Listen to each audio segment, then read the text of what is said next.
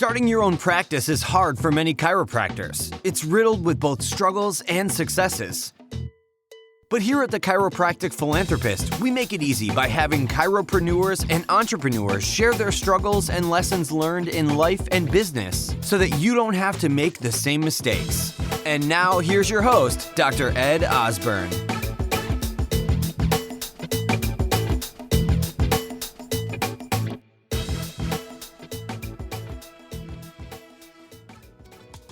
What is it that trips up your office? Finding new patients, retention, teaching about holistic wellness, or is it patients who can't seem to kick poor health practices? As a business owner, a wellness practitioner, a teacher, a mentor, often an emotional support, as chiropractors, we have a lot to carry. Let Mahalo Wellness carry some of the burden. Mahalo Wellness CBD oil products are the one small change that can change both your clinic revenue and jumpstart your patients' crave to begin healthier living. Try all Mahalo has to offer to determine what is receptive in your clinic. Special pricing on 10-bottle and 20-bottle bundles. Head to mahalowellness.com/collections/TCP-podcast today. Welcome everyone to TCP. We'll call this TCP TV. And if you're listening, TCP Podcast. I have an incredible guest today, and that is actually Dr. Colin Swala. Dr. Colin, how you doing? I'm good, man. I'm good. How are you? I'm awesome. Awesome. So I love to hear a little bit about, I know you, we've worked together for probably since 2017, I think. So a couple of years now. I know you, but you know, our listeners, viewers don't know who you are. Tell us a little bit about who you are, and then we'll run into the rest of the flow. Sure. No problem. Well, I guess first and foremost, I am a chiropractor, just like most of your audience. And eventually, about 3 years ago, I, through some, I guess, I don't even know how I want to put it, maybe traumatic events, my trajectory changed into a different direction. And I've been doing marketing, digital marketing, consulting for mostly chiropractors, and now kind of expanding out into health professionals in general. And so basically, like you were in practice, you're just like, you know what, I'm serving doctors in the profession in a better way by actually teaching them how to be better marketers and helping them be better marketers. Totally. I was a programmer before I was a chiropractor, and I worked like doing programming. Actually, I may have not gone to chiropractic college because I developed a software scheduling system for media devices in schools. And I was working for a company, and I developed the software like with them. And I went to the boss and I said, hey, like, do you actually want to own this software? Or do you care if I like leave and go and try to build a business with this on my own? He's like, go for it. We're not going to go in that direction. I'm like, cool, this is awesome. And so, but then the opportunity presented itself to become a chiropractor. You know, sometimes it just falls in your lap. I heard some chiropractors say that that's how it's worked for them. And that's how it worked for me. Yeah. And I thought, you know, I feel so drained at the end of the day, sitting and staring in front of a computer, that I thought working with people was going to be a great direction to go. So I embarked on chiropractic, and it's been an amazing adventure. And then after 10 years in practice, somehow I found myself back sitting in front of a computer all day again. Yeah. I just had this epiphany. We should create our own ClickFunnels for chiropractors. So you should just write this. I don't think it's that tough, that software. For someone like you could probably recreate that pretty easily. Oh yeah, no problem. No, for sure. That's innovation in software development is really sort of what we've been focusing on. So mostly in the way of marketing, because those were some of the challenges that I was faced with in practice. So just like most, you graduate and I was so excited, you know, I'm a doctor now, the patients are just going to fall into my practice and they're going to be so successful. And then reality kicks you in the face, and that's not the case. And, you know, so marketing and filling the practice wasn't that easy. And, you know, he spent a lot of time doing all the traditional stuff that most people do, you know, with screenings and that, which are great. And I definitely recommend, if you really want to explode your practice, to still do all that stuff. But utilizing technology was something I was always interested in doing, especially became apparent when my mom got sick. I didn't want my practice to tank while I was going to see her every day, and cancer, it was cancer. And so it was 10 years drawn out. She got sick in my last year of chiropractic college, and then was basically sick for 10 years. And the last year was just that, her sort of slow demise. And, I wasn't able to, go and visit every so often. It was going every day because I was going to live in that, So but at the same time, I didn't want my practice to tank. So something needed to happen where I could keep the new patients coming in, and be able to spend time with her. So. Yeah. And I mean, it's interesting too. Well, I mean, for lack of a better word, that, when you have that real, urgency, to create something, because it's like, no, like there's a necessity and urgency to make sure that, not only am I there for my family and for my mom, but also, I want to make sure that I'm taking care of my business on this end and also my patients at the same time. So I totally get that. I mean, otherwise I wouldn't be sitting in this chair today for the same reason. Right. Right. So, yeah. Okay. So I love to start these episodes also with finding out like some words of wisdom, we'll call it. So something like an affirmation, quotes, words that you live by, if you'd like to drop those on doctors. Sure. For me, I think the number one, just a simple word actually, is what stands out the most. And that's perseverance, because there's so many challenges along the way, and your perception of what those like challenges are, I think matter, because if you see them as just that, like these annoying challenges that you feel are in the way from getting to where you want to be, then they become maybe more difficult to overcome. But Dr. John Demartini is somebody that I would say is a mentor. I've read a lot of his work and done a breakout and been to tons of his talks and stuff. And he has a cool quote along those lines where it's, I'll see if I can get this right, but challenges are on the way, not in the way. And that one like really just stuck with me a lot, that, even someone like Tony Robbins had, I guess I listen to a lot of these guys and what they have to say, and a lot of the messages are the same. And he says something similar, like every problem is a gift essentially. And without problems, we wouldn't grow. And for him, as the more successful he got, it wasn't what you'd think, where the problems just go away all of a sudden.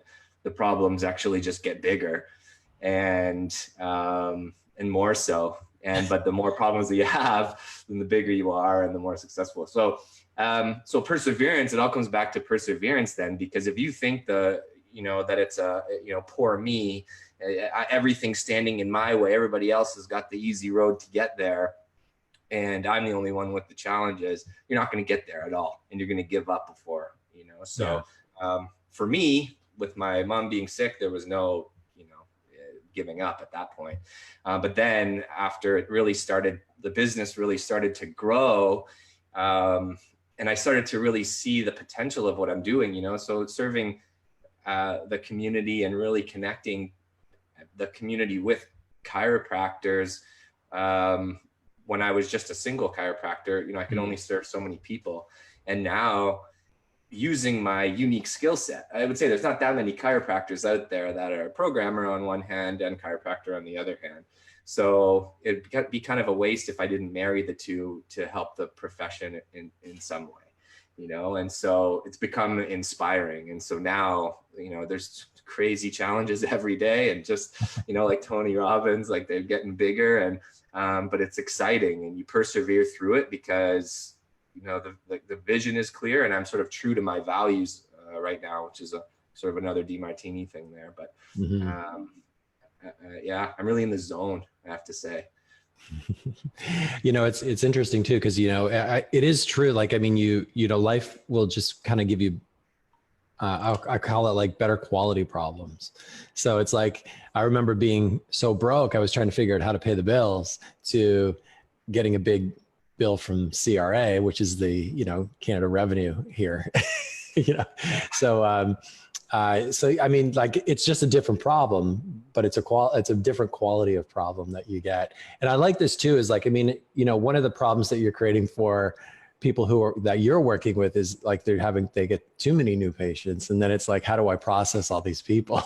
And it's a different quality of problem that they have versus like no new patients to, a lot of new patients. But and I mean, you're very mission based too. Like, I mean, you're on a mission to what is it, like 1 million, you want to create 1 million new patients, right?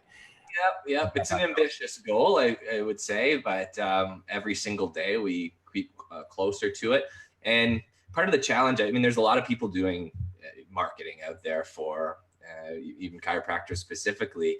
And one of the challenges that I think that all the marketers are faced with is building the framework for being able to grow your client, like grow big numbers of clients. Like, how can I spread my personal self thin and make sure that all of our clients are being served equally? And again, so we fall back on technology for that. So when we first started, probably just like most of them do, we had one piece of content that worked, that actually generated patients. And so we're like, I would say we're probably one of the first out there that started to do it. And so then we just told everyone about it, and it exploded. And we jumped like to well over 100 clients in a month. And it just couldn't sustain that. It was just me personally that was having to, to monitor all of the clients, and there's no way to handle all of that. Plus, like one piece of content, So there's your challenge when you first start. If we're going back to challenges, and so what we learned a great important lesson from that point. Over the last 3 years, built an amazing dashboard, which is a way for us and clients to sort of monitor the success of all the campaigns.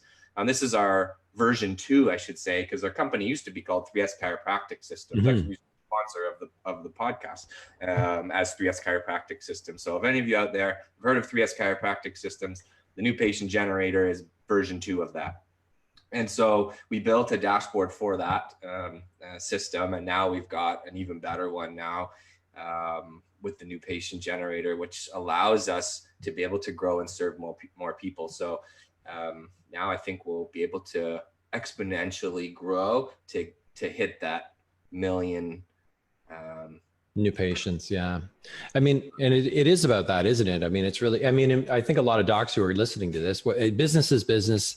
Practice is business. I mean, like, you have to have the infrastructure in place, right, to adapt to the amount of capacity of patients or clients or whatever that looks like when people are coming in, right, or that you're working with. Yeah, exactly. You got to have systems. Yeah, exactly. So tell us a little bit. Like, I know a lot of people know are probably like wondering about what like new patient generator is all about, but I want to shift the conversation actually to you have a directory. So tell us about the directory and how that can help doctors and help serve them. And then I want to get into it, by the way, and then I want to get into talking a little bit about Google and SEO. Sure, no problem. I guess our newest project, which I'm most excited about, is our natural health practitioner directory that we built into our blog, which is called Family Health Advocacy. I guess one of the things that we're trying to achieve is imagine that if one day we could have a site that had as much power as, you know, Dr. Josh Axe or Mercola, that was used to promote the profession locally. And so we need to have lots of content, you know, so we're working on that. We have a lot of guest bloggers who are practitioners contributing content to the site, which is fantastic. We need more and more. And the more we grow, the more we can produce ourselves as well. But that still, like, yes, you can include links back to your site and stuff like that, but that it doesn't really help the practitioners locally. And so one of the things that we came up with was, yes, okay, there's a lot of different directories and stuff out there, but how about we create a practitioner directory that optimizes the listing for a specific profession in that specific town. So if we, let's say I'm from Toronto here in Canada, and let's say that somebody adds themselves to our directory, and we don't have anybody for say we don't have any naturopaths in Toronto, and if they add themselves to the directory, a listing page is automatically generated that is optimized for that profession in that town. So now all of a sudden you have a profile that is getting exposure for when people are searching your profession in your town. So I think we could agree that if we got, you know, let's say if you got on the top of the Google search for chiropractor in Vancouver, let's say, you know, that's a pretty great thing for your business and for exposure. So the idea then is, if we can get the directory listing in every town for every profession showing up on the first page, and you know, you get extra exposure for that. But what happens with these big sites as well is that they don't give you the most important thing for boosting your search engine optimization is links back to your site. Yes. So like one link from a huge site like Axe or Mercola is so valuable because of how huge they are, you know? So imagine having a site that's just so credible like that, and they're giving you the flow through and that link juice back to your site. So we give control over exactly what each practitioner puts on their directory. We design it, you know, lay it all out. You put the content in, and there's also a little spot there for people to be able to schedule appointments with you through that platform. Now, this is just in beta, and we're just getting rocking and rolling, and so we haven't really overly actively promoted it yet, because there's a lot of bugs to be worked out, and we've got some really cool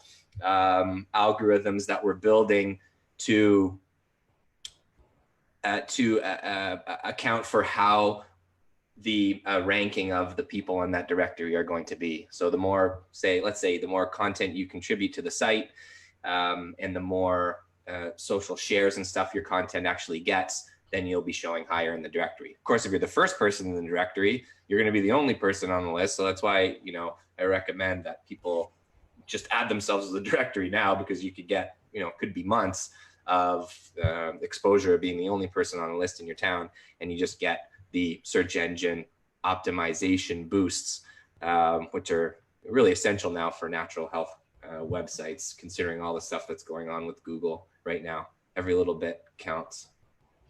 Yeah. And what I've done is I've actually dropped a link, because you can, like, docs can sign up for that for free, right? For the directory. Yeah, it's totally a free service. You go to it by going to thenewpatientgenerator.com/free. And if I totally confused you about how it actually works, there's a nice little animated video on that landing page that just explains everything of how it works. And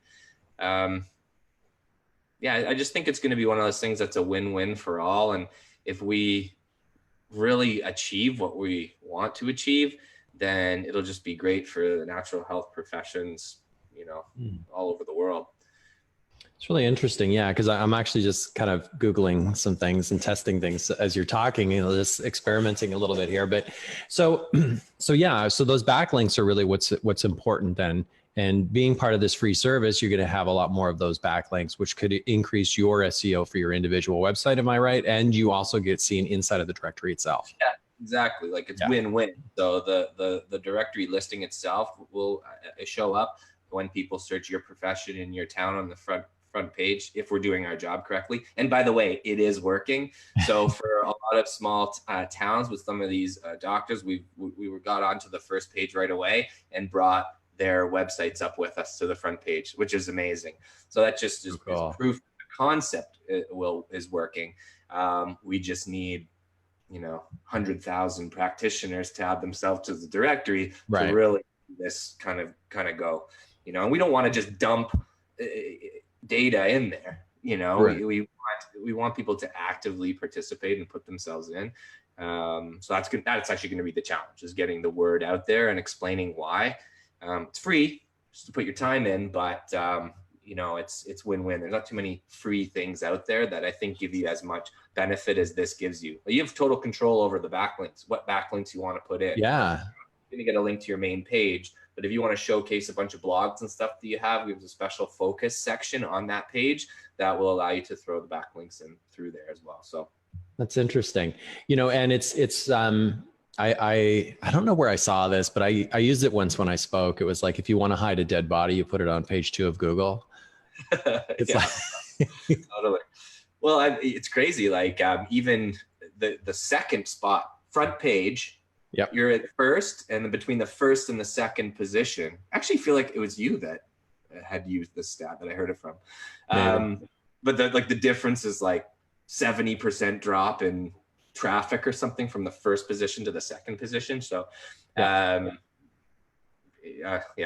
anyways, I just did a little experiment to being on the front page, but I just did a little experiment. And what I did was I Googled chiropractic and then a doctor's name. And it was a doctor who has been on my podcast. And so I didn't put in my podcast. I just put in the doctor's name and chiropractic, and I Google them. And I can see that, so, it's definitely page 1, but the podcast site, so the chiropracticphilanthropist.com site, shows up with that doctor's name on page 1. Right. And so I have to think it's like, kind of like what you're saying, right? It's like, we're backlinking from my site, and that's why it shows up on page 1 of like when they Google that person's name on it, on Google. Is that how I'm to understand it? Is it that simple? No, absolutely not. Like even the people that work for Google don't know how it works, So, and it changes so frequently that, especially right now, we're like in this crazy dark period where we're making assumptions over the last few months of what these crazy changes. Like there was an update that Google did last summer called the Medic update. So tell us about that. Yeah, so.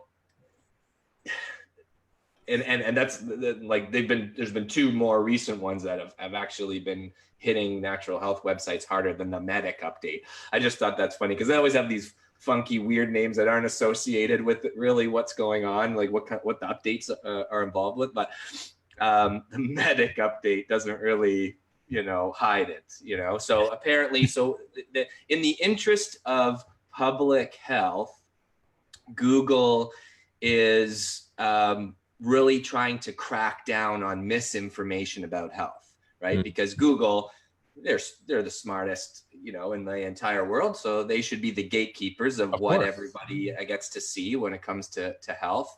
And if you dig deep, you find out that Alphabet is the company that owns Google.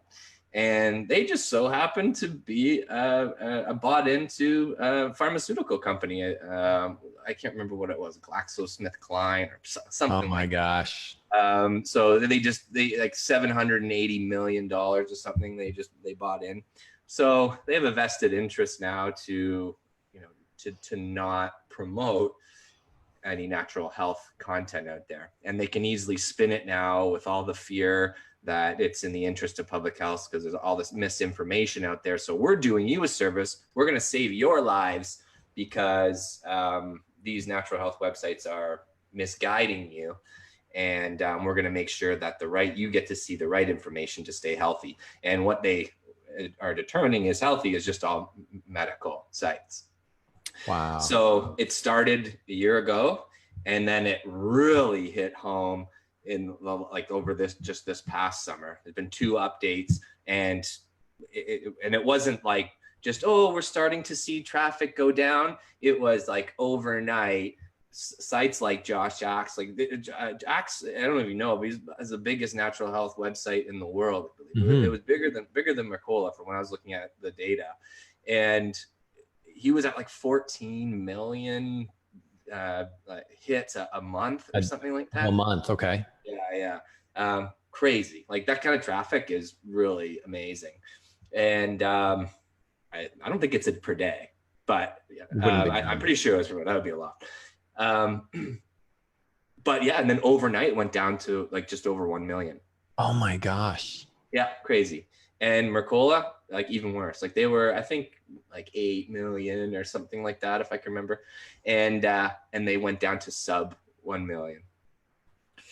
Incredible. So crazy. So anyways. So really now what we're looking at is, well, number one is we need a workaround so that we are visible, so that we, protect not only our business, but protect our, patients' access to what we provide as health professionals, right? Yeah, exactly. And so actually I was talking to Josh Axe's team a week ago, who work with his website and stuff. And so they're working to get things back up, and maybe it's not a bad thing. I'm just hoping that the initiatives that we may put in place for our sites will actually work. And basically they're saying now that you just want to have the authors need to be credible. We need to have references for all the claims that we're making and that kind of thing. So I guess it's not a bad thing to have that. I'm just honestly a bit more skeptical that the assumption is that is what's going to be okay, like we'll actually fix the problem and we'll get the traffic back. But I'm nervous about it, still like that won't be enough, Yeah. But anyways, do it anyways, because that's all really what we've got at the moment is just, you've got to reference all of your material. And so we need to work on that, on family health advocacy as well. But in saying that, backlinks still are probably one of the most important things anyways, right? So if you're being referenced, then, and the more credible we can make our site, and we do that through the help of building that directory and our content through our directory members and other people, then it will all flow back into the profession. And we're keeping our ears to the ground. Is that right? Yeah. Staying ahead of what's coming, like just being aware, right? Exactly. So that we're taking the proper steps to make sure that we're going to keep the credibility going in the right direction, essentially. Yeah. I mean, and it's the same with Facebook advertising and all of these different things. I mean, there's all these like it used to be like the Wild West, 3 years ago with Facebook advertising. Now it's they actually will they will click on your ads and go through your entire funnels and everything, like just to make sure everything is perfect. At least this is my experience so far. But even iTunes has been pulling, because we have over 350 docs who have launched podcasts. They're pulling podcasts, not for, if it's not credible, if they suspect fake downloads, like, there's certain software that'll just up your download numbers. And if you have any cursing in the titles or any of those things, and they'll just pull your podcast. It's crazy. So the free speech and all of this freedom of access seems to be getting like more of a narrower space. But then the reality is, so what? We adapt and we move on. Yeah, exactly. One of the things though that I can't see them cracking down on too much is the paid side. And I know like other marketers that I've spoke to seem a little bit more fearful than me, but I honestly, it's how they make money. So I think from an organic perspective, it's going to get tougher and tougher, and they're going to allow a lot more to go through. Like, I mean, you're not going to be able to run an ad about vaccines or something like that, even if you're going to spend $10 million, they're just not going to let it happen. But, you know, definitely you're going to be able to get away with a little bit more. And I interestingly enough, one of the ways that we do our marketing is family health advocacy. We've been promoting, like, rather than having our clients, well, if we're talking about Facebook advertising, rather than take on a client specifically and run campaigns straight from their page, one thing that we do is we use our family health advocacy credibility. I think we're like 86,000 followers or something like that now, that we've just organically grown over the few years that we've been doing this. And we use it to promote our doctors in a sense. And in doing that and having everything sort of run through our business, a Facebook business profile, I'm being told from when like new clients come on that things that they've been trying haven't been allowed to go through, but Facebook is letting us do it because we were spending lots and lots of money, according to them, or bringing lots of business to Facebook. So I think we have a little bit more leeway. That's why I think that if you're spending, you're going to have a little bit more flexibility. Well, isn't it true? They say this isn't true, but isn't it true that they have some sort of a grading scale on your, you know, your basically your ad account? So, you know, when someone like yourself who has 86,000 followers, I'm sure that you have a little bit more leniency with your ads than, say, someone who has a lower score. I think so. They definitely wouldn't make that public information if they were. They don't, but they do.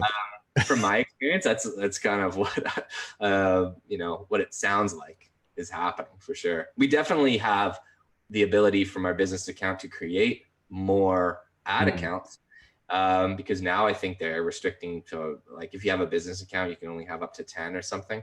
And we have way more than that. So so that's one thing, one benefit, I guess, that we've got.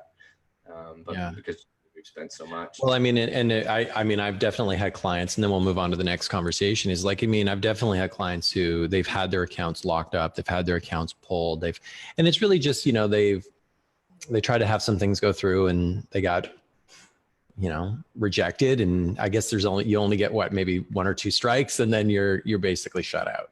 So, yeah. See, that's definitely not happening to us. Yeah. I know exactly what is going to have an ad like tank. For example, we have some of our clients are doing some like laser lipo stuff in their office, and which is a weight loss type of product, right? And weight loss is a real challenging one. You're like tread so lightly on what you say and what images and stuff you can use. And but I know like exactly. Well, here's a little tip. Well, maybe I shouldn't say it actually, because everyone's going to do this now, and then maybe I'll get busted. What the hell? So for something like, if you were to say in your title like weight loss or something, they just don't even like that word. Like, boom, right away, canceled. So what we do is I'll use emojis with the down arrow, and so we'll have like, so it'll be like drop pounds, but it'll be like just down arrow pounds. So you're kind of saying the exact same thing, and they're not looking at the emojis to know what they are, because it is, for them, majority, it's just bots that are analyzing everything, and they probably have one person who's kind of going through millions of ads. So by the time you get to it, so we're getting away with it, you know, and it's producing very well. So I'm happy, but so you just got to get a little creative to kind of go around it. But I don't know, they'll probably catch up eventually. But I mean, tricks like that, and then you got to move on and get creative again. And you're doing this through health advocacy as well, and so that means that is that correct? So like, I mean, so you have a little bit more. They're probably not watching you as much as they might be watching someone who has an ad account. That's just they're trying to get things through and just kind of testing to see what works. Yeah, it's a possibility for sure. Like I would say we haven't really had any, I hear of, in the chiropractic forums and the groups and stuff of, oh, be so careful, make sure you have all these extra ad accounts because they're locking us down. I don't think I've ever had maybe one in 3 years out of all clients that we've had that we've had their account like locked out. We just created a new account for them and then just we're back up and running again, and it wasn't an issue. But we haven't been, like banished, and we do push the boundaries for sure, because the stuff that you're not allowed to do is the stuff that actually produces the best result. So you have to really like just walk that thin line, to be able to still produce, but yeah, it's kind of a moving target, but that's why having someone like yourself and on your team where, that's literally what you do all day long versus trying to figure it out on your own is just, that doesn't work for me. I don't even want to try and figure out that we have someone else who's going to be doing that for us. So, yeah. Okay. So talked a lot about things. I'm going to kind of pull from this conversation. We talked about SEO and Google and all the changes that they've been making. We talked about Facebook advertising, what works and what doesn't, and why people should be joining actually the directory and become part of health advocacy as well. All right. So we're going to take you and we're going to push you into the TCP time machine. Are you ready? Okay. Everyone always does it. They're like, all right, I guess so. So, okay. So we're going to put you in the TCP time machine. We're going to send you back to a younger version of yourself. This is right after you came out of chiropractic college. Okay. You have all the current knowledge and life experience that you have today. When you meet that younger self, what would you say?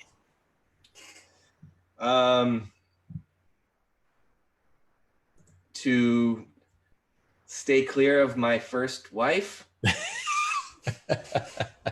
Oh, don't go there. No. She's not that bad, really. But honestly, I think that I would tell myself just not to worry about the things that don't matter. I think I spent a lot of time being kind of stressed out. It was a shock. Coming out of chiropractic college was an absolute shock about how, it was going to be. And once the reality kicked in of what was going to be required to do it, I got quite depressed. And, I set myself up for an expectation, and the reality was different. And, can be a trigger for, getting depressed and stuff. So it was a rough go. And I would say to that self is to maybe just live a little bit more fearless and sort of be guided by sort of your gut instincts. I think maybe I listened too much to what everyone else was telling me about what to do, which is good, to be coached. But I think I needed to listen to a little bit more from my own heart. It was like what I was telling myself inside about how I should approach practice, and I think I would have enjoyed it a heck of a lot more in that time frame. I was trying to be somebody else, so maybe we'll change the answer to that. Be a little bit more fearless, but be true to yourself. Yeah, Colin. Yeah, I think. I think we can all be a little bit more courageous and fearless when it comes to that stuff, and not get so bogged down in the crap, the pit. I kind of call it the pit or the void. So awesome. Thank you for that advice. All right. So now we're moving into a resource. So I'm kind of interested to hear what you have to say here. So resource, you're going to drop on docs. It's going to be either a book, someone you follow, something you're listening to, I don't know, your favorite movie, or it could be just an application or software that you use. Sure. I would say a book. We talk so much about the technical stuff. I could talk about all that stuff, and maybe people want to know that, but too bad. Yeah. If it's a technical book resource you want, go find my book. It's a great step-by-step guide. It shows you everything that we do with our clients. But anyways, the book that I want to say that probably changed my life the most was a book called The Untethered Soul. Michael Singer. You know, when we're talking about my first wife, how I discovered this book, she was an equestrian show jumper, and we were walking through the bookstore, and she saw a book with a horse on the cover, and she's like, "Ooh, horsey!" And so she picks it up, and then she flips it over, and then she's like, "I think this is something that you'll like." And then she hands it over to me, and then I read it, and it was just exactly what I needed to read at the time. It was amazing. It was just about understanding, you know, like there's a lot of inner dialogue that happens, and there's a lot of chatter, and it just put a lot of the reading that I had done up to that point into just the most perfect explanation, that it just all came together. It just all has to do with, for me, was finally having a bit more of a healthy thinking process. And the name of that book again is? It's called The Untethered Soul. The Untethered Soul. Michael Singer. He's a pretty interesting guy. He might have wrote more than 2 books, but I've read The Untethered Soul and his second book. I can't remember the name of it. It's called The Something Experiment. Wow. Both awesome books. Haven't heard of this one. Yeah, I would recommend everybody read this. I thought it was awesome. I really did. Changed my life. And it's not a huge read either. Awesome. I love it. Yeah, we're working on a book called 33 Mentors, where we're taking 33 of the interviews from the podcast, and my perspective and my unique take on those off recording and conversations with these people and the stories behind it. But also, wonderful resources like this that a lot of doctors haven't heard about, The Untethered Soul. I mean, yeah, this is a book that I'm going to be looking up as well. So everyone, you can head over to thechiropracticphilanthropist.com. We're going to have a webpage dedicated to our discussion with Dr. Colin today. We'll also have a link to thenewpatientgenerator.com/free. So you can go and sign up for the directory there for free. Check out the page. I just checked out the page online while we were in this discussion. It's really cool. Lots of great information. Doc, I want to thank you for being on the show today. A great discussion. I love talking about, what's coming up. And again, I'm going to go back to that word of just being aware and being conscious of the changes that are coming so that we can foresee those and then make those changes that we need to make so that we can still keep growing this profession. Yeah, absolutely. This was fun. Yeah. Thanks for being on the show and giving back. Yeah, no problem. So you've heard the struggles, you've heard the successes, and this episode is done. But there's still so much more to come and so much more to learn. Head on over to the chiropracticphilanthropist.com and sign up for our newsletter, where you'll receive free practice building tips and strategies, including how to market your practice with your very own podcast and so much more. Thanks for listening, and we'll see you next time on the Chiropractic Philanthropist.